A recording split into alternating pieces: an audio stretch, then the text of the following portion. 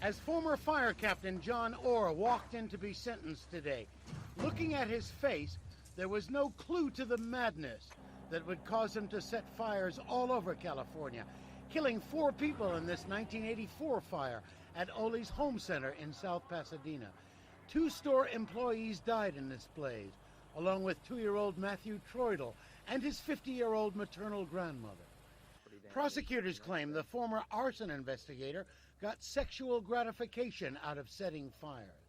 Today, Orr declined to address the court, and Judge Robert Perry sentenced him to 4 life terms in prison without the possibility of parole. I find that 4 concurrent life without parole terms are appropriate for counts 1 through 4, and they are now imposed. Hearing the sentence, Orr seemed passive, but relatives of people killed in fires he set wanted the death penalty, an eye for an eye. He gets to see his grandson. He gets to just enjoy breathing and being alive. And that's more than our families are going to be able to do. At the Glendale Fire Department, where John Orr worked, former colleagues said, "Good riddance to bad rubbish." I think he's very sick. It's very disappointing to work with someone and think that they have the same motivations that you do and find that they don't. Leaving court, John Orr will now spend the rest of his life in prison. He was also convicted on 20 counts of arson for setting the 1990 College Hills fire in Glendale. Doug Kriegel, Channel 4 News.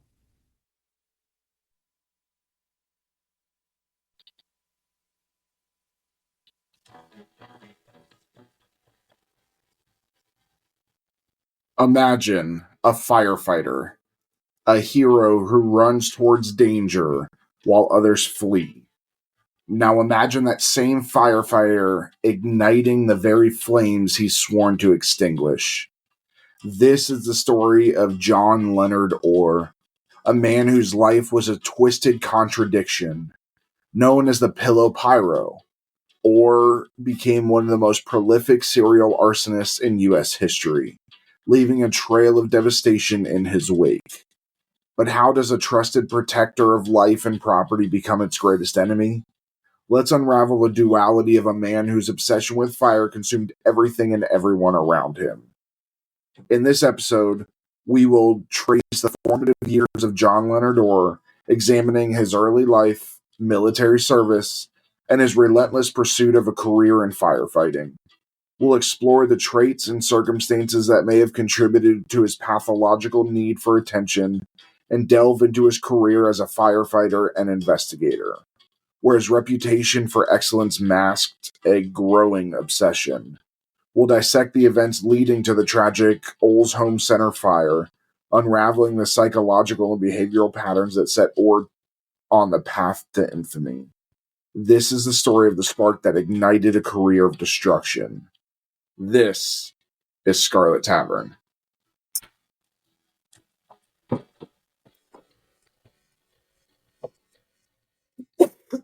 All right. Leonard Orr. John Leonard Orr. Yeah, just shitbag. Yeah. Yes. One of the more interesting ones. We don't really deal with a lot of serial arsonists out there. That get caught. Arsonists usually don't get caught as much because they kind of burn up all the evidence. Well, yeah. So, I apologize in advance for any yawning. As the time of this recording, I've worked all night and come home and we are recording to get this put out in time. So, I apologize if that happens. Because we forgot to record. Because we forgot to record earlier in the week. So, anyways, John Leonard Orr's early years were shaped by the chaos of a fractured home. Born on April 26, 1949 in Los Angeles, he was one of 3 boys whose parents divorced when he was still a child. Divorce in mid-20th century America carried social stigma, and children from broken homes often faced emotional and social challenges. Orr's experience with his upheaval may have contributed to his later desire for stability, control, and recognition. Raised primarily by his mother, Orr navigated a world where resources were stretched thin and expectations for children often fell by the wayside.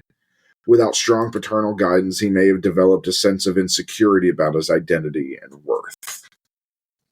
Orr's fascination with fire began in childhood, but unlike most children, his curiosity extended beyond that typical interest in campfires or fireworks. He was reportedly captivated by fire engines, firehouses, and the dramatic imagery of firefighters battling flames. He would visit fire stations and linger, watching the firefighters prepare for calls. Friends and neighbors later recalled that Orr sometimes created small fires, often under the guise of experiments, only to extinguish them himself. Though these incidents were dismissed as harmless at the time, they hinted at a growing fixation with fire's destructive power. I mean, every young boy is obsessed with fire. Well, it's a I literally used to take matches and light them and then throw them in the sink. And I would just do that over and over and over again. Every boy was obsessed with fire at one point in time. Yeah, I don't know what I can't remember, obviously, but I genuinely don't remember doing that. I always stayed away from fire. I also used to spray Axe in my hand and then light it on fire because Axe is oil-based, so it I did more of the flamethrower. We did petroleum jelly, too. I have a friend growing up that coated his hand in petroleum jelly, lit it on fire, and waited for the short bus to come by and wave to the kids. You had a very peculiar childhood. I mean, I used like hairspray or like an aerosol can as a flamethrower. That's how we got rid of wasps. Yeah. I just stayed away from them. Am I the only normal one with a normal childhood who didn't try to lived in New York. Them? Wasps don't matter up there. Okay, yeah. In Florida, they're everywhere. And they're big enough to carry you. In Wisconsin, it's mainly hornets that are everywhere. Hence why my school's mascot was a hornet. Orr's formative years coincided with a period of cultural emphasis on heroism, particularly for men. Post-World War II America idolized figures like firefighters, police officers, and soldiers. Roles that combine physical bravery with public service. Much like post 9/11, where we saw an uptick of firefighter people joining and going to school to be a firefighter and law enforcement, or joining the military post 9/11. That's kind of where the idea I got up with the idea, besides watching like Stargate and stuff like that, of joining the military. What? She wanted to be a friggin' captain sergeant. Yeah, no, sergeant major. Those of you who don't understand, just watch the first season of SG-1. I think it's like what, 20 minutes in? He's a staff sergeant major of the Air Force. Right. So this cultural backdrop likely fed Orr's desire to pursue a career in a respected profession where he could fulfill the societal ideal of heroism while also achieving personal validation. Orr's performance in school was unremarkable, though he was intelligent and capable when motivated. Teachers noticed his tendency to daydream, often sketching fire trucks or scenes of dramatic rescues. That wasn't the clue. Socially, Orr was introverted but could be charming when he wanted to be. He often sought the approval of authority figures, a trait that would persist throughout his life. Teacher's pet. And this is where we feel horrible because he does not represent us. In 1967, he enlisted in the United States Air Force, a decision that appeared to align with his desire for discipline, respectability, and a clear path towards adulthood. Basic training introduced Orr to rigors of military life. Though he excelled in some areas, his natural resistance to authority began to show, especially when orders conflicted with his own ideas of how things should be done. After going to basic, he transferred to the Air Force firefighting school, which I wish I would have done, where he received a specialized instruction on fire suppression techniques, emergency response, and the science of combustion. He was drawn to the technical aspects of firefighting, particularly understanding how and why fires spread. This period solidified his fascination with fire and planted the seeds for his later career. And so, as 3 former Air Force cops, I think we can all agree that we should have gone into firefighting. I was happy. Listen. Medical for me. See, I had friends that were Air Force firefighters, and they didn't do jack shit. I mean, yeah. They didn't do shit. They sat in the firehouse all fucking day. Firefighters at my first base in Portugal, I think they probably did more work on their golf game than their firefighting training. Yeah, you got to remember, we didn't have a flight line. So they never had to respond to anything on a flight line. They mostly did medical calls, which was very rare. We were a nuke base, so everybody was always out in the field. Yeah. They didn't do shit. And I mean, I didn't even know if Charleston had one. Every base has one. Everybody has one. It's just a matter of size and what their location. Like, ours was big. Hanscom did have one. And I'm kind of glad I never went firefighter just because of the call that they got. Yeah. I remember... So when I was stationed at Hanscom, there was, unfortunately, a plane crash. No survivors. And I'm just glad I never went firefighter because thankfully all I had to do was make sure no media went in. I never actually went to the crash site. Yeah. The only time I ever saw the firefighters at lodges do anything was when some Portuguese farmer, I guess, was cleaning up his field, and he had this big old pile of just clippings, branches, and whatever, and he just decided, yeah, oh my god, you thought those guys it was Christmas. They happened to just be out on the deserted end of the flight line doing some equipment check. They threw the stuff on, they were just running. I remember my one buddy was like running with his little axe, like he had this big old smile on his face. I was like, are they going to a fire or like a Christmas sale or something? Orr's relationships with his commanding officers were strained. He viewed many of them as overly rigid or unnecessarily harsh, refueling his resentment towards those in position of power. Despite this, Orr completed his service honorably and was discharged in April of 1971. Reflecting on his time in the military, he later expressed contempt for authority figures, a mindset that would manifest throughout his life. So, he did 4 years. He completed 4 years. While stationed in Spain, Orr married his high school sweetheart, Jody. So, if any of you are military, you understand the hilariousness of a military man marrying a Jody. There's a reason she's called Jody. Yeah, but isn't that Jody spelled Jodie? Technically, yes. This Jody spelled Jody. Yeah. The marriage began with optimism, but cracks soon emerged as Orr's focus shifted toward his career ambitions. Jody described Orr as charming but controlling, a pattern that would repeat in his later relationships. His fixation on becoming a firefighter often took precedence over family life. So keep in mind, it's a lot different back then, like it is now. So if you are a firefighter in the Air Force, you can immediately get out and go right into firefighting. You already have all of the stuff to do. I believe along with security forces, they recognize it as like you've gone through an academy. Correct. Some states do. It's almost all states now. It's almost all states. Like when I went into law enforcement, I did not have to go through the police academy. But that was because for your state. There's some states that you still have to go through. Also federal. Yeah. And I did not have to do anything.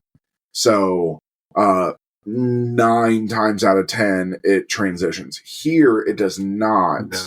No. Back then, you still had to go through the academy, or at least a partial academy.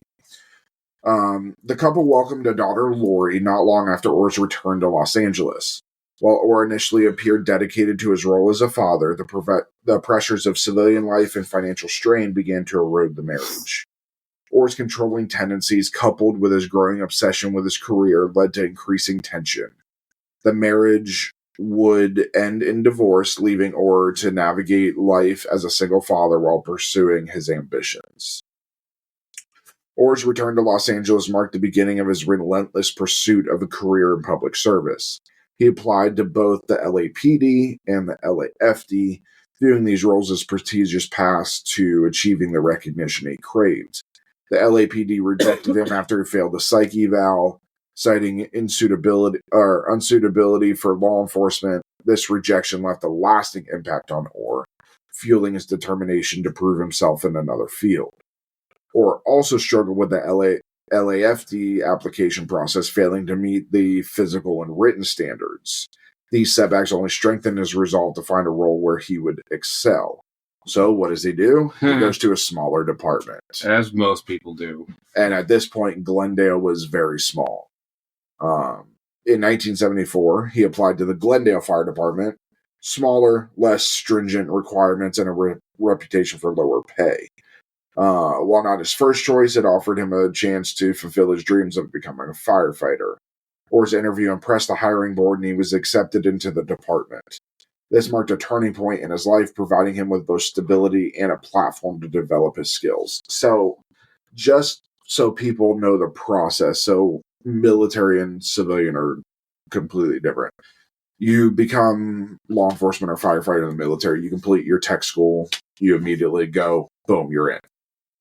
Civilian, you go through your physical, you go through your written, so the BAT, which is the basic aptitude test. That is your written test that you take to make sure you're not stupid, basically.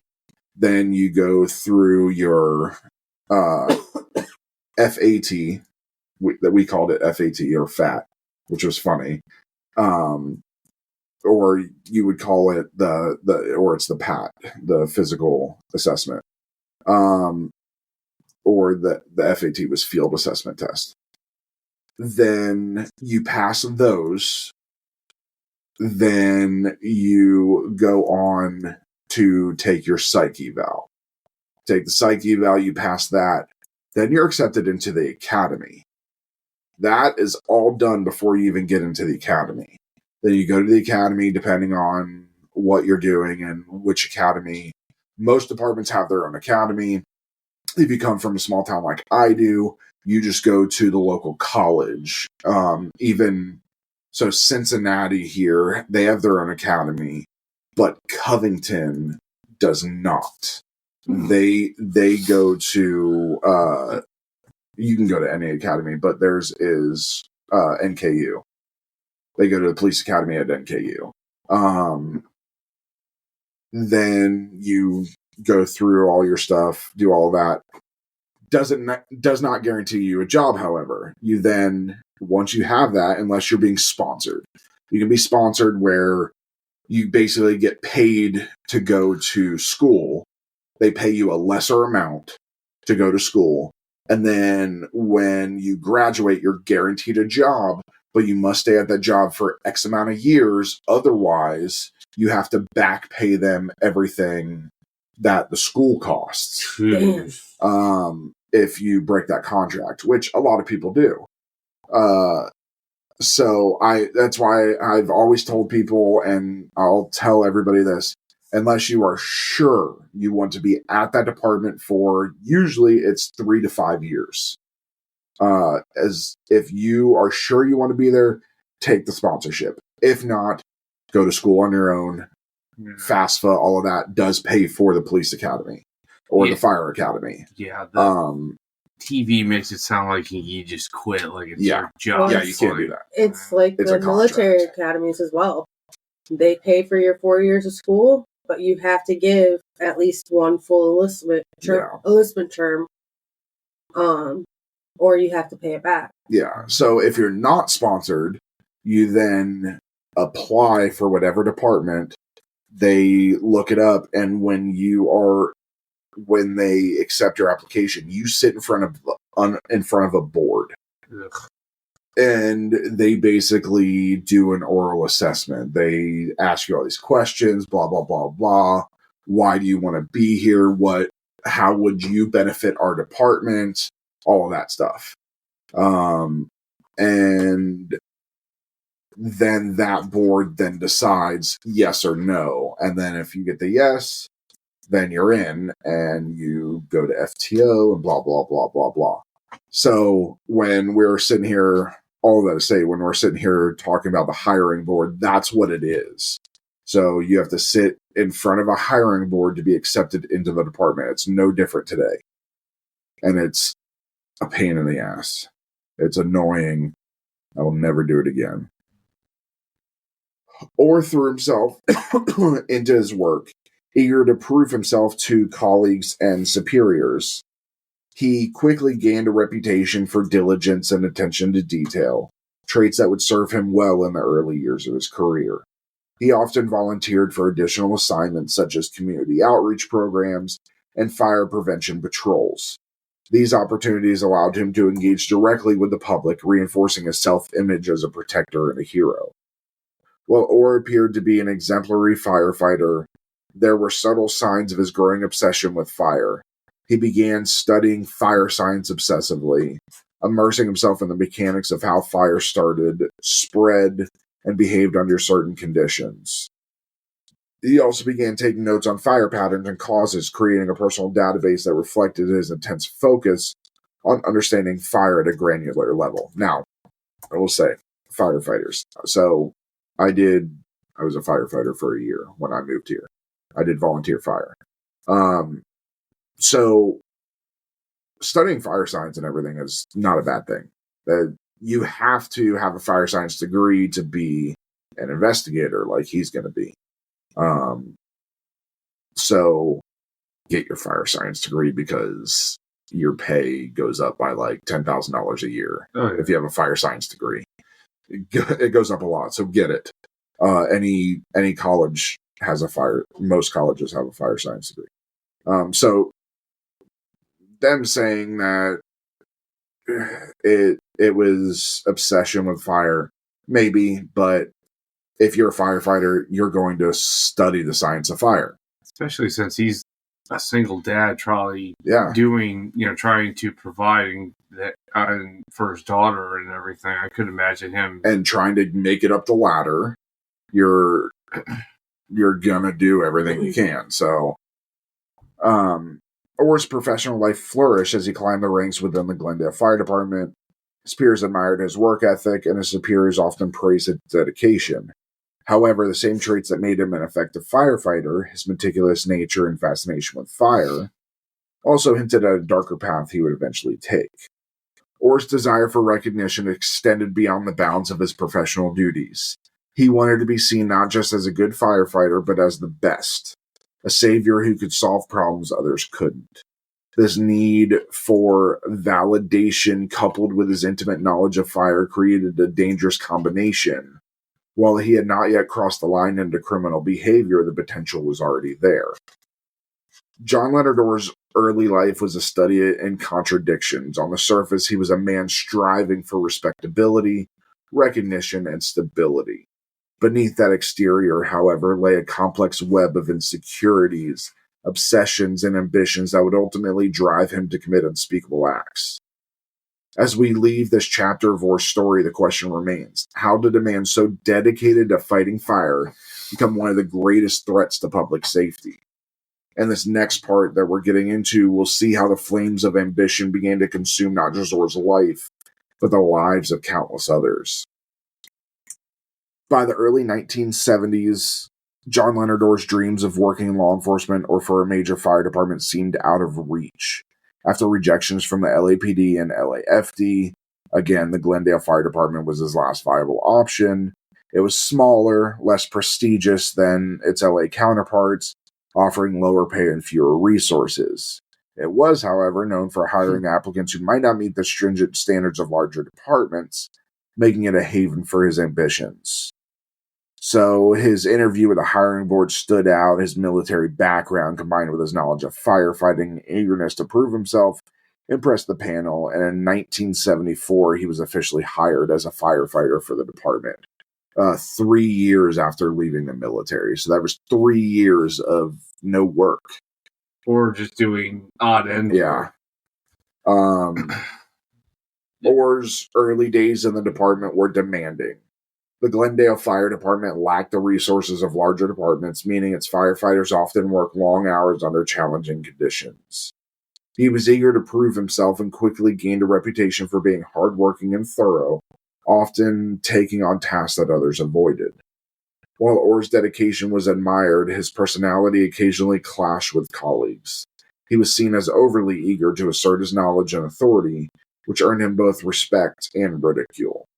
His tendency to overanalyze fire scenes or hypothesize about potential hazards often caused others to joke about his intensity, with some nicknaming him Inspector Clouseau, after the bumbling detective in the Pink Panther films. I love those movies. Inspector Clouseau.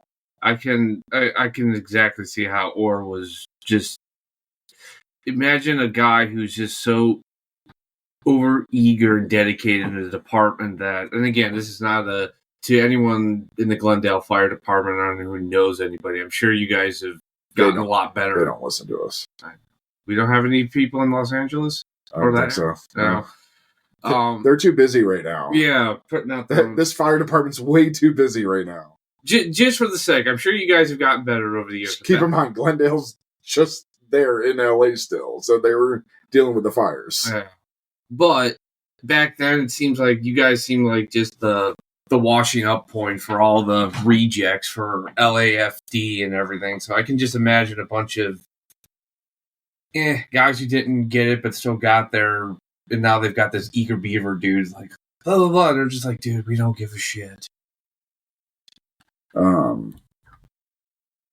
So yeah. And saying all of that, I do want to kind of backtrack and say that all of our thoughts and everything goes out to everybody that were involved in the fires, the Palisade fires, all of that. Obviously, the Palisades fires are now 100% contained. So, yeah, I think they've taken care of that. Yeah. It's all cleaned up now. Yep. So, and the firefighters and all of that are completely involved in that. But everything goes out to those that lost stuff in the fires. So it's not fun. And it is truly tragic. Yes, it is. Yes. All right, I lost my place here. And to backtrack again, so John Leonard Orr and his wife were married in Montana, not Spain. Okay, so he was just stationed in Spain. He was stationed in Spain. They got married in Montana. And they have 2 daughters. Okay. And I'm assuming that his wife was still in the picture and helping with the children, he was a fully single father. That would be a lot. I can see that being a major obstacle back then.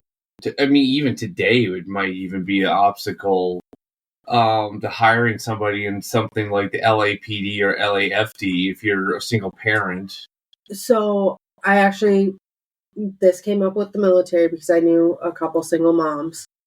Essentially, what they do is they sign almost like a guardian over the children to a family member if something happens. So if they get deployed, all of that family member will assume full responsibility of the children. Okay. And then once they come back, the children will go back to the parent. No, it's funny. You know what the base was that he was probably stationed at? Spain. Moron. Yeah, Moron. Yeah, we call it the same. It's called Moron Base. It's Morone. Because there's three. There's Marone, Torrejon, and Zaragoza. Back then, yes, those were the three bases. Now it's just Marone. Yeah. I knew an old timer who was stationed at Zaragoza. We call it Moron. So Yeah. It's a great Marone is a great base. it's in Andalusia. Yeah, it's southern Spain. It's a great little place. Rota, that's a Navy base, but that's also a great place to get stationed too. Marone is a very historic base too. It was like a major Cold War air base. It still is. It's one of the few bases in Europe that can actually support B-52 bombers, and it can also support shuttle landings. It's massive. I don't like the B-52 bombers. Those things are freaking loud as shit. Yep. Well, we're going to have to get used to it. They're going to be with us forever. Yeah. Buff us forever. Yeah, okay. But do they have to be that fucking loud? Yes. And speaking of Inspector Clouseau, Bagarre. The Bagarre for the new Pink Panther films. Those are good ones. Still good. Steve Martin. Bagarre. He's able to do what... Can you say hamburger? Bagarre. So good. Never seen them? That's okay. She's also never seen his best movies. Which one? The Three Amigos. No? Oh, his best movie ever. Steve Martin was able to do everything that Peter Sellers did, but without the mental illness of Correct. Peter Sellers. Or quickly recognize that formal education could set him apart. Using his GI Bill, please make sure you use it on a degree you're actually going to use and don't waste it like myself and many other people have. He enrolled in courses in fire science at a local college, like I said. These courses deepened his understanding of fire behavior, chemistry, and suppression techniques, or excelled academically, earning certifications that added to his professional credibility. Orr's studies extended beyond firefighting. He also took courses in police science, learning about criminal investigative techniques, evidence collection, and forensic analysis. So this is key. If you want to be an arson investigator, don't just do fire science. Arson investigators are cops. You are a certified law enforcement officer. Nowadays, in most departments, especially big ones, arson investigators carry a gun, a badge, and handcuffs.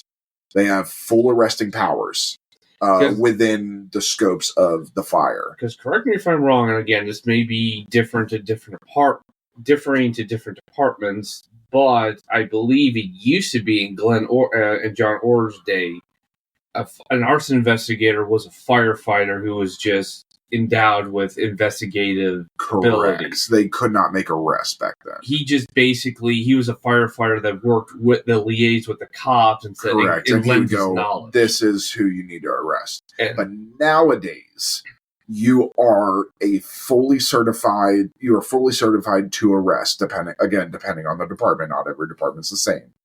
But you carry a badge and a gun every single day. You can still go out and fight fires as well. But for the most part, arson investigators sit in an office until there's an arson. Then they go out there, they do a full investigation just as if they were cops, find who committed the arson, they're able to handcuff them and arrest them themselves now. And also... you make buku money. A lot of departments, the arson investigators are actually just cops. It's the reverse. They're just cops who basically get the a course in being a firefighter. It really depends on the department. I know in my hometown, it was firefighters that went to the police academy. But we also have a place in my town that's on the beach that it is a single department that does all three. So 1 week you're a firefighter, 1 week you're an EMT, 1 week you're a cop. You're triple certified. Very hard to get into. They make a lot of money. The starting salary is like $70,000. Damn. Like straight out of the academy. And if you are a cop and you get in with them, they pay for your fire and your EMT. If you're fire or EMT, they pay for your law enforcement. And then you do all three and you get to rotate. But even as EMS, the EMS that show up there show up with guns on because they're fully certified. So if you are interested in arson investigation, definitely take your fire science degree because it's an amazing thing. And to work on certain trucks, you have to have a fire science degree. But take police science. Do not take criminology. Yeah. Don't get a criminal justice degree because it's useless unless you're going to be a lawyer. Police sciences, take anything for collecting evidence, do all of that stuff, do forensic stuff. That is going to be the best for you because there are a lot of forensics in arson investigation. To make ends meet on his firefighter salary, he worked part-time jobs at a 7-Eleven and as a security guard at Sears. For those of you who don't know what Sears is, for you young people, Sears was a department store. It wasn't just a department store. It was like it had everything besides like a grocery store. Yeah, it was shit toward the end. It was. I mean, they had good tools back in the day. You could get photos done at Sears. Oh, yeah. Sears was a one-stop shop for and then everything. It went bankrupt. Well, I remember when we went when we lived in Boston, we went to the Sears Auto Center. The guy's like, "Oh, I don't know how to change the windshield wipers. Only reason I went there, I know how to change windshield wipers. Only reason why I went there was because I was too short to change them safely." Well, you know why they went out of business? They couldn't keep up with Amazon. They never went to online shopping. Yeah, Sears. Where Macy's and Dillard's, they all changed. Sears couldn't. And even Macy's and Dillard's, they're dying too. Yeah, Sears back in the day used to be big on the catalog. It was also called Sears and Roebuck. I actually have a shotgun here. That pump action shotgun, that is from Sears. Oh, yeah. If you look at it, it says Sears and Roebuck on it. Yeah. That is a police issue. The police departments used to buy them from Sears. Yeah. They were big in the catalog shopping. You used to get this big old thick thing. We used to get it for Christmases too. Yeah, that was and you would take and circle what you wanted. Yeah, but they dominated that. But then, like you said, the internet and Amazon came there, but Sears just kind of like Blockbuster. They just didn't change by the time they started. By the time they started changing, it was too late. For my fellow Wisconsin people, we had Fleet Farm. What? We had Fleet Farm. What the hell is Fleet Farm? It's essentially like a feed store, but it has Toyland in the winter for Christmas. It's a clothing store. It's a farming store essentially. Look it up. Anyways, and for Minnesota, it's Farm and Fleet, and up more. No, and more up north in Wisconsin, it's Farm and Fleet, not Fleet Farm.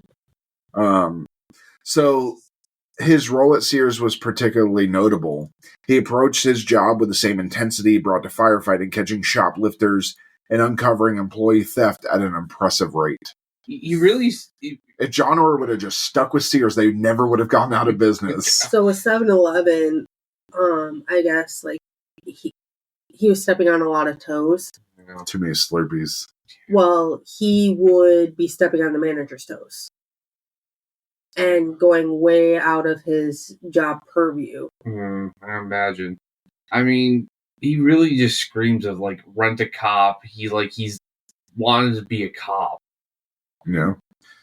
Orr's, you're about to see. Orr's security work fueled his desire to be in law enforcement. He obtained a concealed weapons permit, often carried a firearm while off duty, completely legal as long as you have a concealed weapons permit, and socialized at bars frequented by police officers. Now, this is where it becomes illegal. You cannot enter a bar with a firearm. Nope. It is illegal. The second you consume alcohol, a drop of alcohol, you cannot carry a concealed weapon. It turns into a felony. So do not do it. We don't live in a state where we have to have a concealed carry permit. We have our God-given rights here, so we can carry whatever we want. I can walk outside with a rifle strapped to my back and nobody's going to do a thing. Just may not be able to enter any stores or any building. I can enter stores as long as they do not have a sign that says no firearms. And then no federal buildings, of course. So, or state, I think. Depends. His co-workers at Sears often referred to him as a cop wannabe, a label that reflected both his aspirations and the perception that he was overcompensating for his LAPD rejection. Definitely overcompensating for something. I know a few people at my current job that are like that. Yeah. And we actually carry guns. Yeah, I've had to put them in their place a few times. Orr's dedication and growing expertise in fire science earned him a promotion to arson investigator within the Glendale Fire Department, which is probably the only one. The role was a perfect match for his interest, combining his knowledge of fire with investigative work. As an investigator, he was tasked with determining the origins and causes of suspicious fires, as well as collaborating with law enforcement on cases of suspected arson. And like Ben said, back then, it was, and especially at Glendale being so small, he was an investigator but had no arresting capabilities, so he collaborated with law enforcement. Orr quickly established himself as a skilled investigator. His ability to analyze fire patterns, identify accelerants, and reconstruct the sequence of events at fire scenes set him apart from his peers. His success in solving arson cases earned him respect within the department and among his colleagues in neighboring jurisdictions. Orr often arrived at fire scenes unusually quickly, sometimes even before officially called. While this was initially seen as dedication, it later raised suspicions about how he always seemed to be in the right place at the right time. This is why we believe he set more fires than he actually admitted to. Yeah. I would honestly suspect whatever... The second this started. Yeah. When he started showing up like that. I would say whatever... Take the time that... And I think we're going to determine when they officially geek out on the radar. Add 2 years or so to it. Because he didn't just start this. No. It's a slow thing. It's a slow burn. He had a habit of taking charge at fire scenes even when not in command, would often dominate discussions about the fire's cause. Okay, so here's the thing here. If it isn't arson, the second he arrives, he is officially in command. I will say that. When there is an arson, no matter what his rank, there could be the fucking commander of the firefighters. And he's a captain. Usually you are a captain and up as a investigator. Yeah. The second he arrives, he is in charge. Mm-hmm. But with a lot of these, they didn't even know that it was arson. Yeah. So it's kind of hard, especially in a small town like this, in a small department. Glendale's not small, but back then it was. Yes. Now it's not. Now it's huge. Yeah. But Glendale's half of fucking LA now. Or LA is half of Glendale. Yeah. But in a small place like this, the arson investigator would be at every fire. Oh, most definitely. Even if it's just a matter of procedure. Correct. They'd be at every fire, and then if it's not arson, they'd be like, okay, this is, and he would determine that. He would go in there and go, this is an arson. I don't need to be here. I'm going to go home. That's what he should do. Yeah. We'll see. That's not what he did. So it went from a 150-acre town in 1887, was incorporated in 1906. Currently, it is now 30.6 square miles. Yeah. I mean, just looking at a map of Glendale, I can see how... So LAFD probably had their own arson investigators, and yes, I can imagine John Orr really butting heads with the LAFD. Oh, just wait. Yeah. That's coming. I believe it's in the next episode that comes into play. Yeah, just because... With all the conventions that they do. Oh, God. Just imagine. Oh, that's how he gets caught. Hey, Glendale's right by Griffith Park and the Griffith Observatory. I didn't know that. Yeah. So here's in 1970, the population was 132,000. In 2023 estimate, 187,000. So it's not, obviously, it's still... It's not like LA. No. But I mean, honestly, if you, again, with a map of LA, it really is just, again, to the people of Glendale, if you ever listen to us, we're not making fun of you, but you're not a small town. You're not a small little community. You're just a... Plus, you're in California, so nobody cares. You really... let's be honest. Your fall from grace is complete. Do we have anybody? Hold on. Nope, we have nobody in California that's listening to us. Okay. No. I thought we did have some people from LA that were listening. Not lately. Well, obviously not lately. Well, they're a little they're a little busy. This is last 14 days. Let's go last 180 days. Yeah, I mean, California. Yeah, I think it's the next episode that we really talk about his professional thing and how he was interacting with all the. So, for those of you that listen to us in Los Angeles, because we do have a dot right there in LA.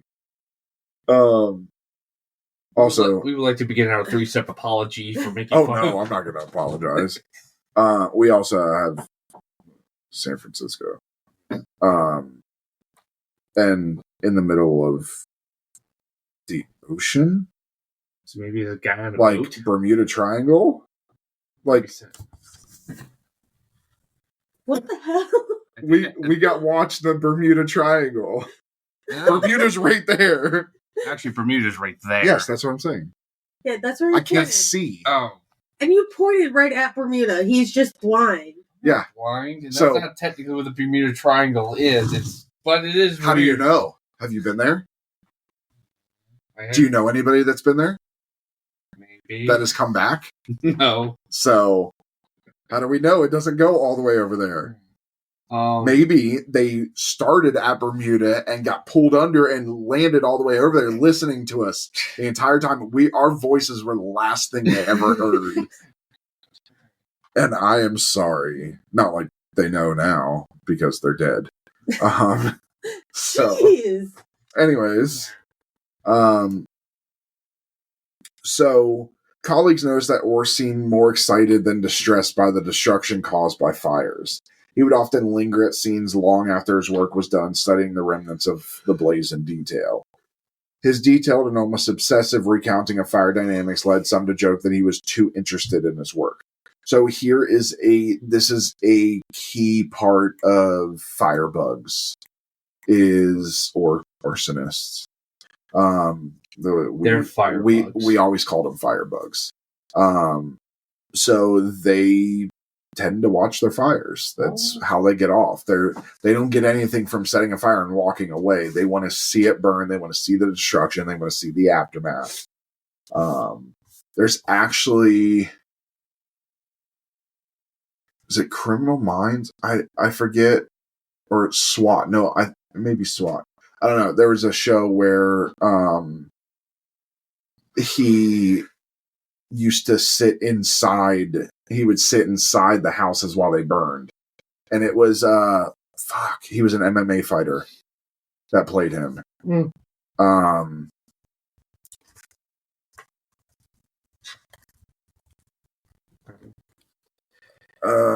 Randy Couture. It was Hawaii 5-0. Oh. So it was Randy Couture played him.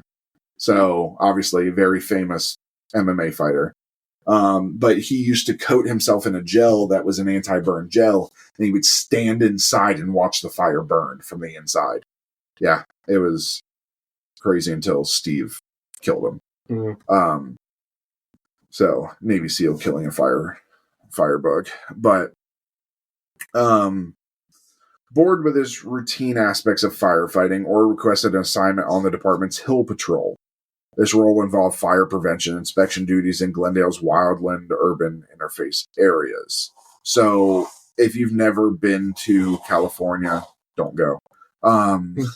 But Glendale has that line, that wildland, and then it immediately hits urban. Yeah, I mean, if you just look at the map on the western side of Glendale, I mean, that's Griffith Park. That's all the hilly, rugged area. And that's where he worked. Yeah. Griffith Observatory is right Correct. over there. Yeah, that's where he worked. And it has been known as a spot for fires quite often. Actually, the Los Angeles Zoo is not that far either. Because it's very dry. Yes. It's very dry there, especially during the summer. So a lot of fires would start there. Well, it doesn't look like he started any like wildfires. They were like he just never small did wildfires. No, yeah, it was just small little bush because fires. he can't contain them. Yeah, that were contained. I'm just looking at a map. It's semi-arid, a lot of brush and everything. Great view of Los Angeles, though. Yeah. Oh shit! Orr drove a specially equipped pickup truck with a small water tank and pump, patrolling for potential fire hazards in the hills surrounding the city. Those are still used to this day. Yeah. The hill patrol assignment gave Orr significant autonomy, allowing him to spend long hours alone in areas that were often out of sight of his colleagues. This freedom provided the perfect opportunity for someone who wanted to study fire behavior or start fires without immediate detection. As Orr's experience grew, he became a sought-after expert in arson investigation. He was invited to teach courses, speak at conferences, and advise on complex cases in neighboring departments, except for LAFD. This is the funny thing. He never got asked to go to LAFD and advise. The one department he wanted to be a part of never asked him for help, even though he was infamous around this part. Like, he had the most closing rates of any arson investigator within, I think, a 300-mile radius. It's easy to close your cases when you're starting. Exactly. But I mean, they didn't know that. Yeah, that's not. You're right. So, but LAFD never asked him to come and ask. Honestly, LAPD, LAFD is New York City has the same thing. They have a very, not everyone, but they have a very snobbish attitude when it comes to the smaller departments that surround them. Because they're the best of the best. They know that they're the best. Okay, that's what they assume. I wouldn't say best of the best. That's what they assume. You're right. They, in many ways... So keep in mind, so we said in 1970, population in Glendale was 130,000. Yeah. Population of LA in 1970 was 2,816,000. So still a lot of people, but compared to what it is today, it has exploded. And so LAPD and LAFD, even back then, you're right, they had the reputation of being the best of the best, and nobody knew that more than them. New York City is, especially with the NYPD and everything. Now, individual officers there I've met, great guys. Very chill, down to earth. But the leadership, they are very notorious for not playing well with other departments. So, LA County, 2.8 million, okay? Mm-hmm. In 1970. 2024, 9.6 million. Yeah. 9.6. No, thank you. That's too many people. We already said there's only one stipulation that would ever make us go there. Yeah. So, and it's not to join those two departments. Either of those departments. His peers viewed him as highly knowledgeable and dedicated professional, further cementing his reputation as a leading figure in fire investigation.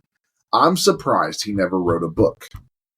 He did. He kind of did, actually. Not at this point, though. At this point, no. It was after everything. Yeah, which was actually used But against I'm talking about here at this point on Fire Investigation. I'm surprised he never did that. So he actually, funny enough, he actually did get invited to write training material and make videos. Like I want in the 80s when video recording was becoming the next big thing. State of California actually got John Orr to make training videos on arson investigation, how to, like, hey, here are the telltale signs of arson, accidental fires, things like that. It actually caused kind of a bit of a minor scandal because when arson investigators were, taking the courses, they realized, how do I know that guy? And they realized, that's John Orr. You have a convicted serial arsonist is the guy training arson investigators for the state of California.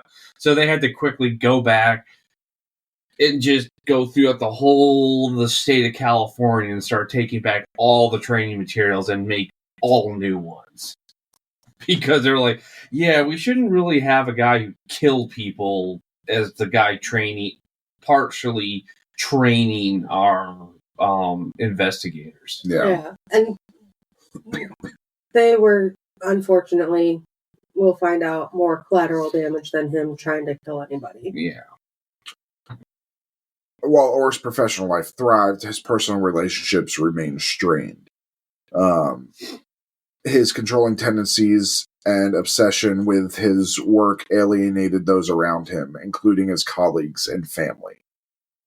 Orr's success in Glendale masked a growing obsession with fire. He seemed to thrive on the chaos and attention that fires brought, viewing each blaze as both a challenge and an opportunity. The duality of his life began to take shape: a respected firefighter and an investigator on one hand, and a man increasingly consumed by his fascination with destruction on the other. The Glendale years were pivotal in Orr's transformation. They provided him with the skills, knowledge, and access he needed to carry out his later crimes, while also establishing the persona of a trusted public servant. By the time Orr began attending arson investigator conferences in the mid-1980s, the lines between his professional duties and personal compulsions were already starting to blur. John Leonard Orr's time with the Glendale Fire Department was marked by both triumph and transformation. Professionally, he rose the ranks to become a respected arson investigator, earning praise for his expertise and dedication. Personally, however, his fascination with fire and need for recognition began to spiral into dangerous territory. The Glendale years laid the groundwork for Orr's double life, giving him the tools and opportunity to transition from firefighter to fire starter. As we move forward, the cracks in Orr's carefully constructed facade will begin to show, leading to a trail of destruction that forever altered the lives of his victims and communities he swore to protect. By the mid-1970s, again, he had established himself as a capable and respected firefighter. His promotion to arson investigator was seen as a validation of his skills and dedication. However, his ambition didn't stop at professional competence. He craved recognition, not just from his colleagues, but from the wider firefighting community. He wanted to be seen as a hero, someone who could not only fight fires, but also solve complex cases and outsmart arsonists. Psychologists often described hero syndrome as a condition where individuals create crises to gain attention and emerge as saviors. While Orr may not have initially set fires to become a hero, his need for recognition created the conditions for the psychological tendency to take hold. His dual role as an arson investigator and firefighter allowed him to both start and solve fires, creating a feedback loop of destruction and praise. His knowledge of fire science and behavior gave him a unique advantage when it came to setting fires. He began experimenting with simple but effective incendiary devices, testing their efficiency and reliability. His preferred device, a lit cigarette, 3 matches, and a yellow piece of legal paper secured with a rubber band, was ingeniously simple.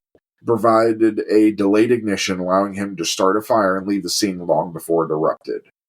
So, please do not do this at home. But the way this works is, I know because I've seen it done. So you basically take the yellow legal paper and you wrap it around the bottom of the matches. Okay. And then, so he had 3 matches sitting side by side. Then he would wrap the paper around it with the rubber band and then put the cigarette this way, long ways on the top. You light the cigarette, and as the cigarette goes out, it lights the matches. And it hits, lights the matches, lights the paper, spreads. And that is put at an ignition point, usually fuel, gas, whatever he's using. And so he could light it, and I believe that ignition point, depending on the cigarette, blah, blah, blah, usually it'll take you about 2 to 3 minutes. So that's plenty of time for him to get out, get to a spot where he can hide and watch. And a lot of times he didn't bring big flammable with him. What he would do is he'd walk in, put it near somewhere that was flammable. And just kind of let it take its course. And let it take its course, because that ignition source burns up. You're talking about an accelerant. Yes. Hey, I couldn't think of the word, okay? Give me a break. And speaking of that, he chose his targets strategically. He often set fires in locations that were highly flammable, such as stores stocked with polyurethane foam products, which, FYI, that not as much now, but a lot of couches are made of polyurethane, or were at some point. Actually, that does not have polyurethane in it. That's cotton, which is not as flammable. But most couches, like the couches that had the foam in them, that you would be able to pull the foam out, that's polyurethane. That's a memory foam couch. That is highly flammable.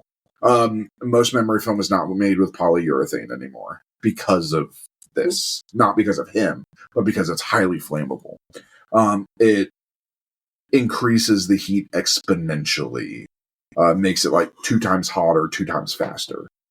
The devices were usually placed in obscure locations such as inside pillows or beneath stacks of merchandise, earning him the nickname the Pillow Pyro among investigators. Because he would say polyurethane is typically in pillows. Or was. Again, we got away from you'd be hard pressed to find anything that's polyurethane anymore. That is mostly polyurethane because they are highly flammable, and there is now a law against it. Orr treated each fire he set as a learning experience, analyzing the aftermath to refine his methods. He documented fire patterns, rates of spread, and the effectiveness of his devices, using this knowledge to improve his technique. His attention to detail made his fires particularly destructive, as he knew how to maximize their impact. By the late 1970s, fires began to occur during Orr's shifts in near locations he frequented. While these incidents were initially dismissed as accidents, investigators later noticed the pattern. For instance, fires often broke out in stores or warehouses filled with flammable materials, mirroring the type of locations Orr frequently inspected. And keep in mind here that back in this time, the investigators, a lot of them were also fire inspectors as well. So they would build the building inspectors. Correct. Yeah. They would go in there and they would do the inspection. So that's what he would do. He would go in there, inspect the building, and go, "Oh, there's polyurethane here. I'm going to hit this one." Yeah. And then go, "Okay, you guys are good." Not because normally he would say, "Hey, this is polyurethane. This is highly flammable. You guys shouldn't keep this here." Yeah.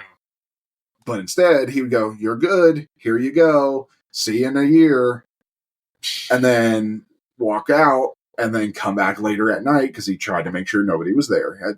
I will say, the one thing he did is he tried always to make sure that there was nobody in it. He wanted the fires. He never intended to kill anybody, and we'll see that later on. He ends up killing 4 people, but he never intended to. The building was supposed to be empty. I mean, one of the things that we saw that cemented this is how I always felt like I'm surprised they never really caught on earlier, or when he was with his hill patrol and there would be fires that, guess what, he started them. He would literally just show up, glasses there, looking around, and he just like there. And there's a fire. Wow. Just like from like CSI. CSI Miami. Gotta hate that show. I didn't mind it. Rest in peace. Wait, who died there? He's dead, isn't he? Eric Russo? Oh no, he's just really horrible looking. Yeah, he looks like he should be dead. Yeah, but he would literally just show up to an arson scene or with a fire scene. Everyone's just kind of like, "Oh, we're just starting the investigation." And old John Orr would show up and he'd be like, there. Like, not, and a lot of times it would just be areas where they're not even looking over there. Like, the fire's over here. They're obviously looking where everything was burned. And he would just go over to this area where nobody was, and he'd be like, this is the ignition point. And everyone would be like, oh my God, John, I can't believe you're fine. You're so great. And I was just like, did nobody ever put the pieces together? Yes and no. I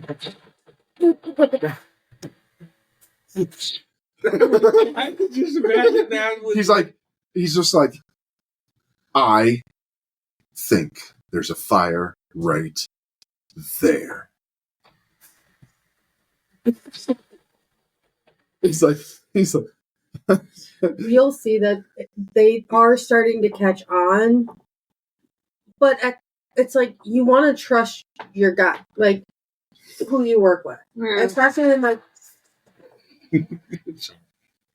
especially with being a firefighter, police officer, EMT. You want to trust who you work with, that they have your back. You never want to suspect a fellow firefighter of being a firebug. Yeah. Yeah, you don't want to burn those bridges. I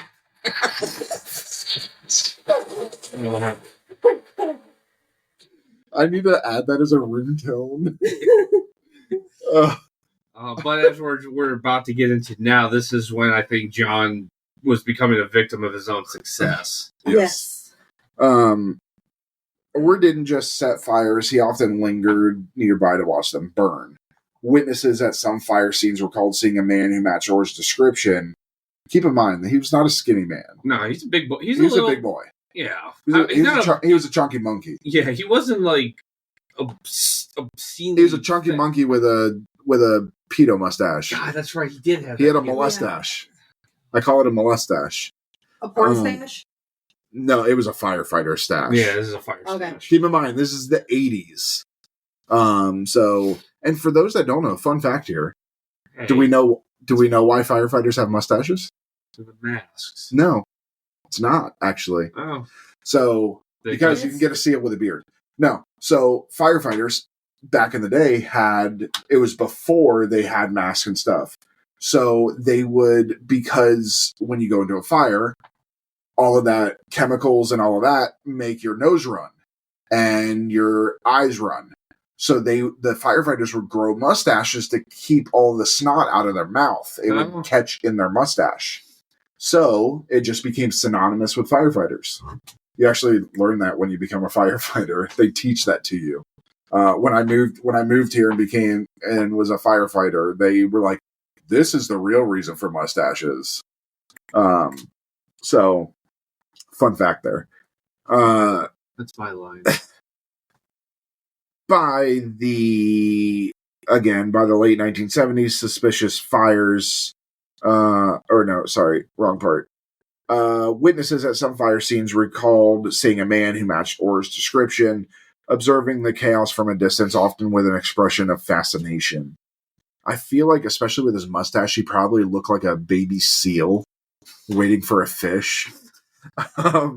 His presence at multiple fire scenes, combined with his uncanny ability to describe the fires in detail, began to raise suspicions among colleagues. So just imagine this. You're a fire investigator, okay? You're an arson investigator, and you get called to a fire. Because you don't typically just show up, you're called. So he gets called to a fire. He goes there, and he goes, within like 2 seconds, goes, the fire started here, and it moved this way, and it moved up here, and I bet you the ignition was 3 matches, a cigarette, a yellow piece of paper, and a rubber band. Keep in mind, the ignition source is gone. That was part of the geniuses of the ignition source, because everything was just burned. But it was the fact of, and I guarantee you he did it. We have no evidence of this, but I guarantee you he would say yellow piece of paper. Like the specific color. Like, even if the paper is left, it's black at this point. Wow. So, yeah.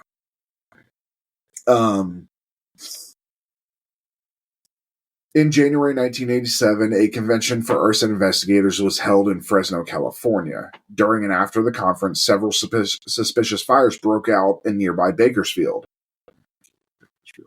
Investigators were puzzled by the timing and locations of these fires. Given the attendees' expertise, it seemed unlikely that a non-professional would take such a risk. This led some to suspect that the arsonist might be someone within the firefighting community. This is definitely where he screwed up. He did. Like, out of everything, out of all the times you could have done it, you did it during this. Where all the arson investigators are together. It, like, he was a hothead. I'm so sorry, guys. Anytime I make a pun, I'm doing it. I'm so sorry, guys. We are extremely tired right now, especially Kayde. Honestly, we probably would have done it even if we were fully rested. So, in March 1989, another series of fires coincided with an arson investigator conference in Pacific Grove, California. By comparing attendee lists from the Fresno and Pacific Grove conferences, Captain Marvin Casey of the Bakersfield Fire Department narrowed down a list of potential suspects. Orr was on that list, but his name was not immediately flagged due to the lack of direct evidence linking him to the fires. Orr seemed to use these conferences as an opportunity to set fires in areas far from his usual jurisdiction. This allowed him to deflect suspicion, as investigators were more likely to focus on local suspects rather than attendees from other regions. I believe in one of these conferences, Orr even suggested, I think, of firefighters doing this, but everybody just kind of like heckled them down. But I believe... I don't think he did, because he didn't know, like, with Marvin Casey's thing, it was more he kept it quiet that he was doing all this. There was, I think we'll talk about it more in this episode or in the next one. They made a task force to catch him, and that's where Marvin Casey gave those lists to them to investigate the arson investigators. Okay. So the arson investigators really never investigated their own. He passed it on. So he never really told anybody he suspected a firefighter of setting them. Okay. If I remember right from the research I've done. I believe a firefighter did it. It's not really a pun. It's not a pun. Doesn't matter. It's David Caruso. I'm Horatio King. Orr's ability to balance his professional duties with his criminal activities suggested a high degree of compartmentalization. He seemed to separate his identity as a firefighter investigator from his identity as an arsonist.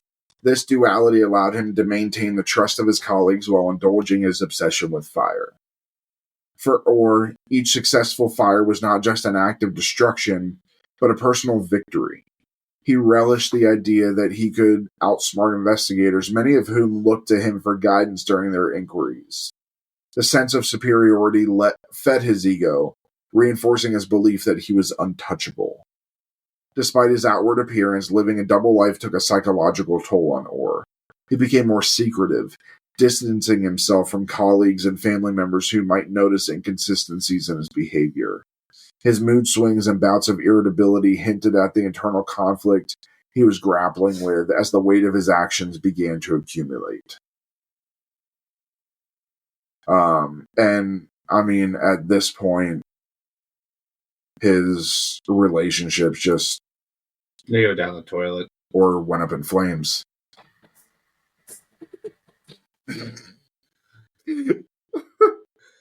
The sad thing is he's going to keep doing that even after this episode is done.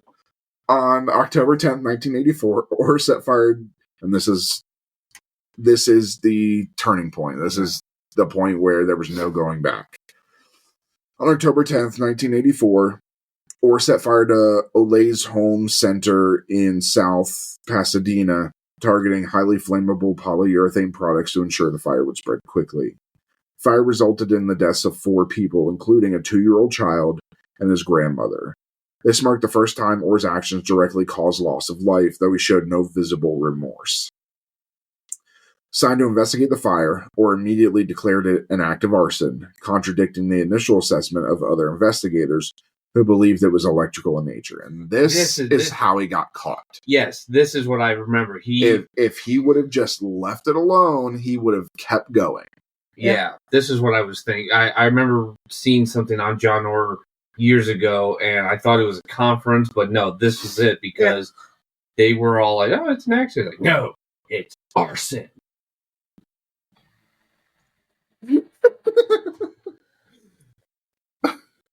This is what I have to put up with, people. This is what I have to put up with.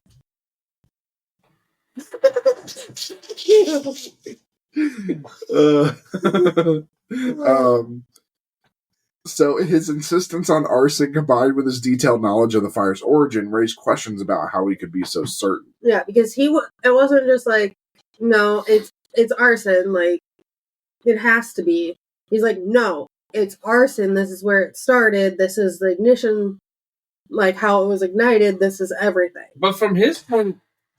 Stop, please. But from his point of view, like, kind of feeds into the hero syndrome. I mean, before, these are just brush fires, arsons of buildings and stuff, and he's, solving crimes. Cool.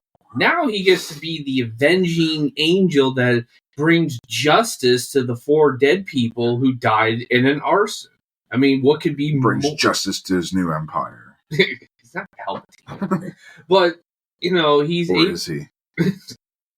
John Leonard Palpatine. No. I can honestly see, like, how he couldn't help himself doing it. Like, from our point of view, it's like, yeah, just shut up, dude. You're gonna, this is how you got caught. But it's like, no, this is my destiny. To be the hero, to bring justice. Even though he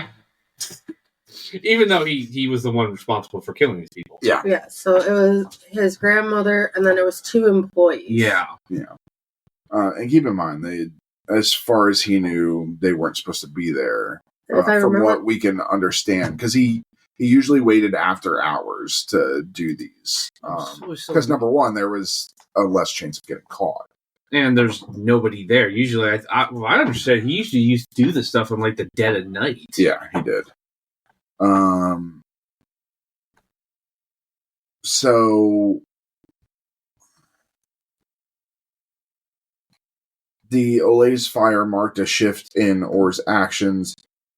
It was no longer just about the thrill of starting fires, it was about the recognition he sought as an investigator.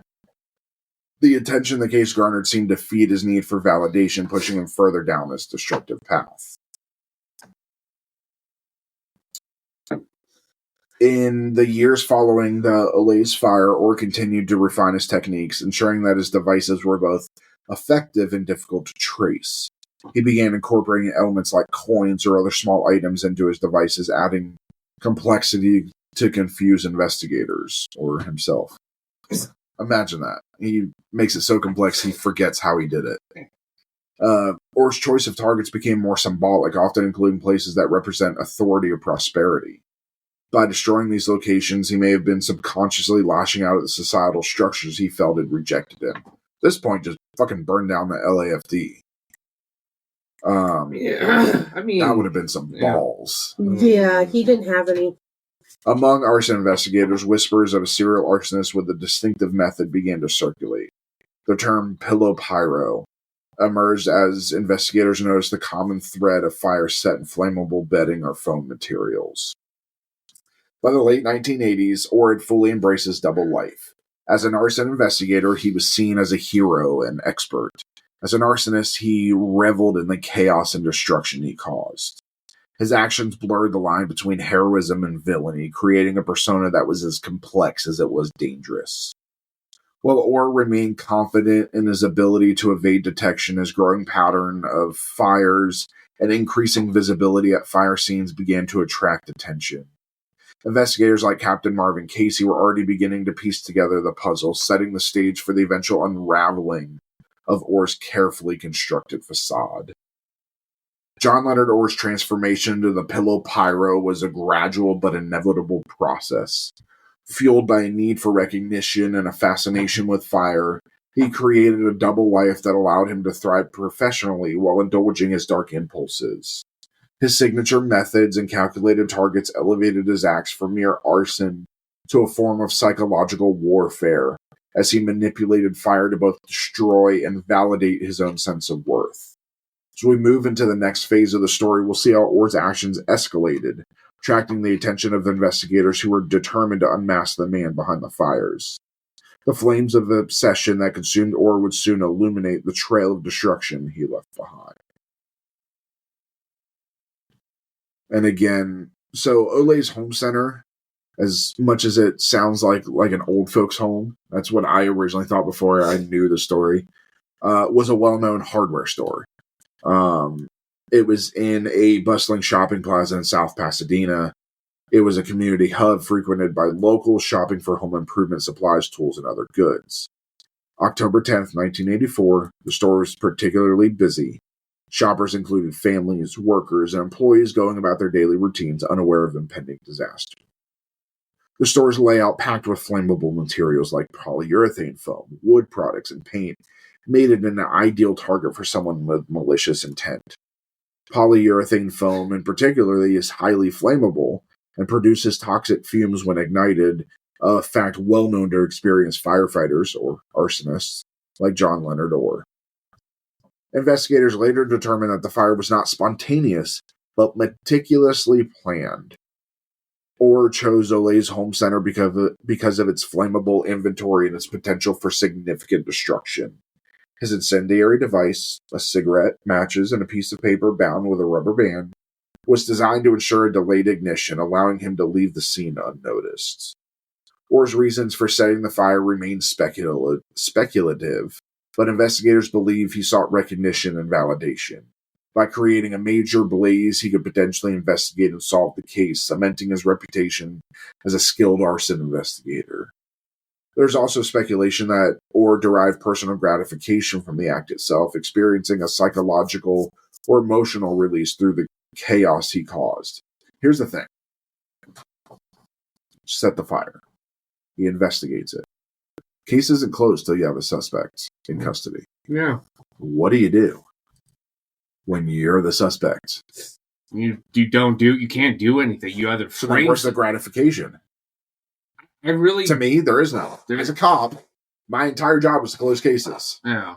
Simply discovering that it's arson is like, it's a half measure. It's like me going into a freaking car that's window smashing and going, oh, that's a robbery. Yeah, no shit. Who did it? Okay. Well, it's just like, I don't know. That's all I need. I'm gonna go jack one off in the back seat now.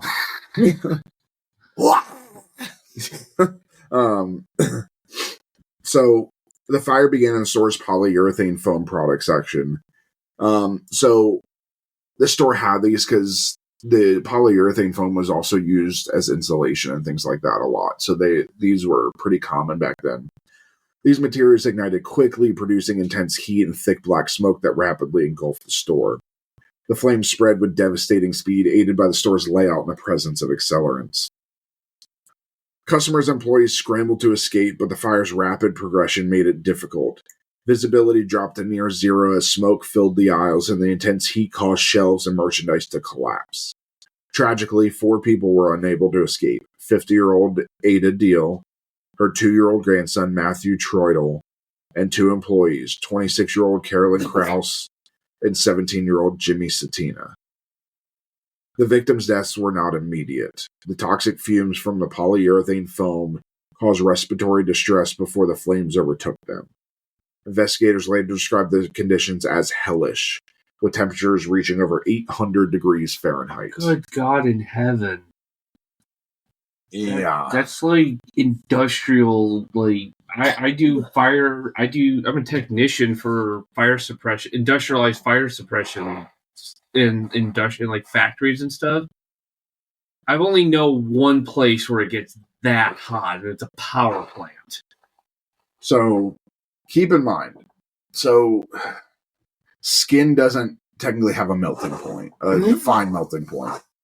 But the denature, it can start to denature and break down at about 129 degrees Fahrenheit. Yeah. This was 800. Yeah. This will burn the skin off of your bones. So it's bad. News of the fire spread rapidly, devastating the South Pasadena community. The loss of life, particularly that of a young child, deeply affected residents who struggled to comprehend the scale of the tragedy. Memorials were held for the victims, and the incident became a stark reminder of the dangers of fire and the importance of fire safety in public spaces. The community's grief quickly turned to questions: how did the fire start, and could it have been prevented? Local officials and investigators faced immense pressure to determine the cause and prevent future tragedies. Someone called John Leonard Orr. He needs to investigate this. He's the best there is. I think he was there. He was. Yeah, he was. He was. To watch it. He was. Orr was among the investigators who arrived at Ole's home center in the aftermath of the fire. His presence was notable for two reasons: his detailed understanding of the fire's behavior and his immediate insistence that it was arson. While other investigators initially believed the fire was caused by an electrical fault, Orr argued that the fire's rapid spread indicated deliberate ignition. Orr provided a highly specific theory about the fire's origin, describing how the polyurethane foam acted as a fuel source, suggesting the use of an incendiary device. At the time, his insight was viewed as the mark of a skilled investigator. In hindsight, his detailed knowledge raised questions about how he could be so certain. Orr's involvement in the investigation boosted his professional reputation. Colleagues and superiors praised his expertise, further cementing his status as an authority on arson cases.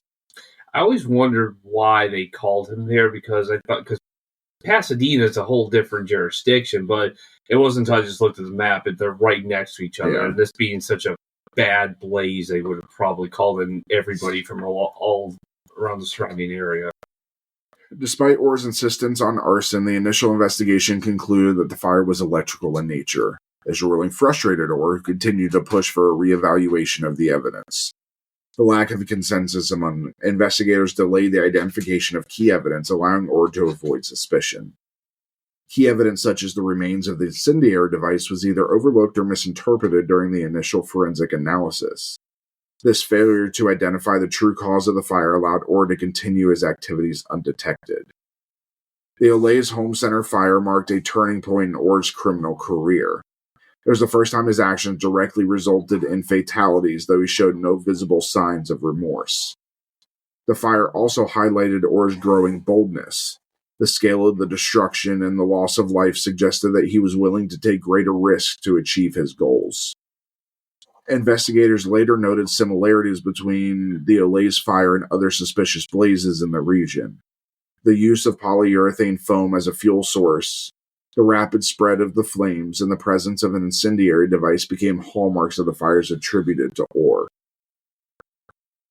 The Ole's fire set the stage for Orr's later crimes, both in terms of methodology and investigative involvement. His ability to manipulate fire scenes and direct investigations became a recurring theme in his career. The tragedy also heightened awareness of arson as a public safety threat, leading to increased scrutiny of suspicious fires in the years that followed. Forensic advancements in the 1990s eventually linked Orr to the Ole's fires, but at the time, his role remained hidden. The fire's true origin was debated for years, with many investigators revisiting the case as new evidence came to light. So, keep in mind, this is the 80s, okay? Arsonists were not a huge thing at this point. We didn't really have any arsonists in the 80s. I mean, there's always been arson, but a lot of it was confined to guys trying to, like, organize crime. People make, for insurance claims and stuff like that. The idea of, like, a firebug, a guy who got some kind of gratification from fire, yeah, no, that was definitely new territory. Nobody really understood it like that. They always just assumed, like, oh, this is an insurance scam. Some guy burns down his warehouse to collect the insurance money, or his house to collect the insurance money, or something like that. There's always a financial incentive to arson or revenge. You know, guy gets fired from his job, he burns his old job down as a FU to his former employer. So in the 80s, we have John Leonard Orr. We have Bruce George Peter Lee, which was in England. He was a British serial arsonist. Yes, Bruce George Peter Lee is his name. Could his parents just not settle on? He was active in the late 70s, but his crimes were being investigated in the 80s. He was convicted of setting fires that killed 26 people in whole England. Jesus Christ. Then there was Raymond Lee Euler. He was most active in the 2000s, but he did set multiple fires in the 80s as well. He was eventually convicted of setting a fire that killed 5 firefighters. Then there was Thomas Sweat. Though his confirmed spree was later, there was evidence he may have started setting fires in the 80s. He was in Washington, D.C., and was responsible for numerous fires. And then David Berkowitz, believe it or not, started out as an arsonist. Really? Yes, obviously he was known for his shooting spree in New York in 76 and 77. But he also admitted to setting numerous fires in New York City in the 80s. And he documented that in his personal journal. So, which David Berkowitz, son of Sam, we will be doing. Yes. It's definitely an interesting one. Found Jesus in prison. Yeah. Okay. So the Olays Home Center fire, shut up, was a devastating tragedy that claimed 4 lives and left a lasting scar in the South Pasadena community. For John Leonard Orr, it was both a calculated act of destruction and a chance to elevate his professional standing. His role as both arsonist and investigator allowed him to manipulate the narrative, positioning himself as a hero while masking his true intentions. The fire was a turning point, both in Orr's life and in the broader story of his criminal career. It exposed his willingness to cause harm on an unprecedented scale and hinted at the psychological motivations driving his actions. As we continue, we'll see how Orr's obsession escalated, leading to a trail of fires that would ultimately unmask him as the Pillow Pirate. I looked it up. Apparently, he had another name too, as to that came later when he started changing his methodology. I thought this was hilarious. The Frito Bandito, because apparently he used bags of chips to go do it as well. The FBI is going to be all over my computer. I literally Googled what's the melting point of skin. Oh, God. You should you always add in. Just set up a separate computer for these things. I'm going to use yours. The IP address. I'll use your work one. It's okay. Damn. I mean, IP address is IP address. Yeah, that's what they look up. They look at your IP address, nothing else. The Olays Home Center fire left an indelible mark on South Pasadena. The deaths of 4 individuals, including a young child, weighed heavily on the community. Memorials were held, and demands for justice grew louder.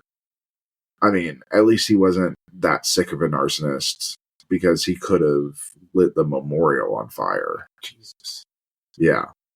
For the fire investigation community, the fire served as a case study in the devastating potential of arson. However, at the time, the true perpetrator remained unknown, and the fire was officially attributed to an electrical fault.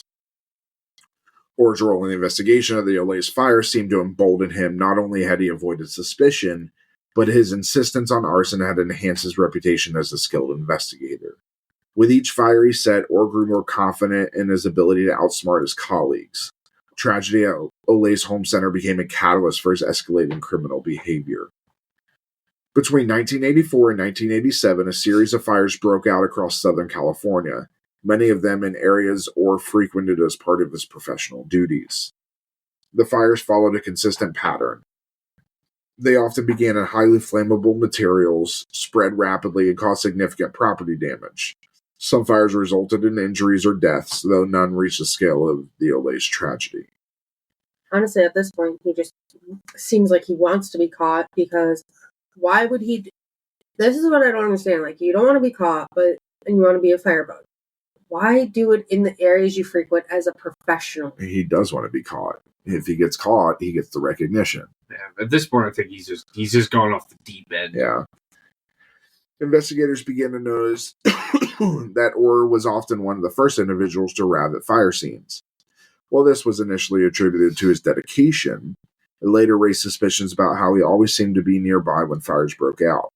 His behavior at fire scenes was also notable. Orr frequently offered detailed theories about the cause of the fires, sometimes before a formal investigation had begun. While his colleagues admired his insight, this level of knowledge eventually drew scrutiny. And, I mean, now we can easily say, oh, they didn't see that, but we already know who he is. They didn't know that. So, don't mind the nose blowing. Try to be quiet. In January 1987, a convention for arson investigators was held in Fresno, California. During and immediately after the event, several suspicious fires erupted in Bakersfield, a city near Fresno. The timing and location of these fires were too coincidental to ignore. Given the expertise of the attendees, investigators theorized that the arsonist might be someone from within their own ranks.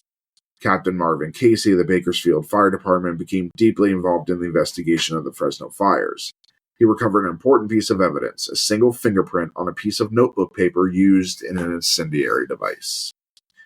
Though the fingerprint did not match any known suspects at the time, it became a critical clue in the growing suspicion that the arsonist was an investigator.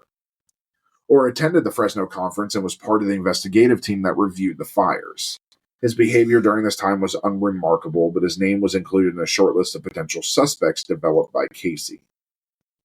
2 years later, in March 1989, another wave of fires coincided with an arson investigator conference in Pacific Grove, California. The similarities to the Fresno fires were striking, including the use of timed incendiary devices and the choice of flammable targets. By comparing attendee lists with the Fresno and Pacific Grove conferences, Captain Casey identified several individuals who had been present at both events, including Orr. Casey narrowed the list of suspects to 10 individuals, all of whom were experienced arson investigators. While Orr was included, his name did not stand out due to lack of direct evidence linking him to the fires. Fingerprint recovered from the Fresno fire scene remained unmatched, preventing investigators from definitively identifying the arsonist. By the early 1900s, the frequency, or 1990s... God, dude! Dude, I've not been asleep in almost 12 hours now. The frequency and... over 12 hours. The frequency and destructiveness of the fires attributed to the pillow pyro led the formation of a multi-agency task force. Nicknamed the Pillow Pyro Task Force, the PPTF. The group included local fire departments, California State Fire Marshal's Office, and the federal agencies like the ATF. It's the only thing they're good for. The task force aimed to identify patterns, gather evidence, and narrow down suspect pool in what had become one of the largest arson investigations in California history. Investigators focused on the distinctive characteristics of the fire, the use of simple but effective incendiary devices, the targeting of flammable materials, and the rapid spread of the flames. The nickname Pillow Pyro came from the frequent targeting of foam products such as pillows, which acted as accelerants in many of the fires. In 1991, advancements in fingerprint technology allowed investigators to re-examine the fingerprint recovered from the Fresno fire scene. This time, the print was matched to Orr's left ring finger. This breakthrough was significant, providing the first concrete evidence linking Orr to the fires. Investigators now had a suspect, but they needed more evidence to build a solid case. Investigators cross-referenced the fingerprint with a database of applicants for law enforcement and firefighting positions in LA County. Orr's application to the LAPD years earlier had included a fingerprint, which matched the print from the fire scene. I think they got rid of those things. Nope, they keep them for a certain amount of years. This discovery confirmed what Captain Casey had long suspected. The Pillow Pyro was an arson investigator. So keep in mind, this is the early onsets of fingerprint analysis still. At this time, law enforcement officials, firefighters were not required to have fingerprints on file. This is the exact reason that they are required to be on file now. You get fingerprinted when you become a cop or become a firefighter, you're fingerprinted, typically in school, and then they're put in. But yeah. After identifying Orr as a suspect, investigators began covertly monitoring his activities. They installed a tracking device on his personal vehicle, allowing them to follow his movements without alerting him. Orr's routine was closely scrutinized, particularly during times when fires broke out. His presence near several fire scenes strengthened the case against him. In May 1991, while leaving a fire conference in San Luis Obispo, Orr discovered the tracking device on his vehicle. Believing it to be a bomb, he rushed to a nearby police explosive range, alerting authorities in the process. Investigators managed to convince Orr that the device was a hoax, preventing him from realizing he was under surveillance. Unbeknownst to Orr, a second tracking device was already installed in his city vehicle. So I don't know if it goes into how it was installed. It was installed during routine maintenance. Yeah. So he brought it in. They did the routine maintenance, but they also put in a tracker into his vehicle where it wasn't seen. Investigators continued to collect evidence linking Orr to the fires. His proximity to multiple fire scenes, combined with a fingerprint match and his distinctive incendiary devices, painted a damning picture. The task force began building a timeline of Orr's movements and comparing it to the locations and times of the fires. The correlations were undeniable.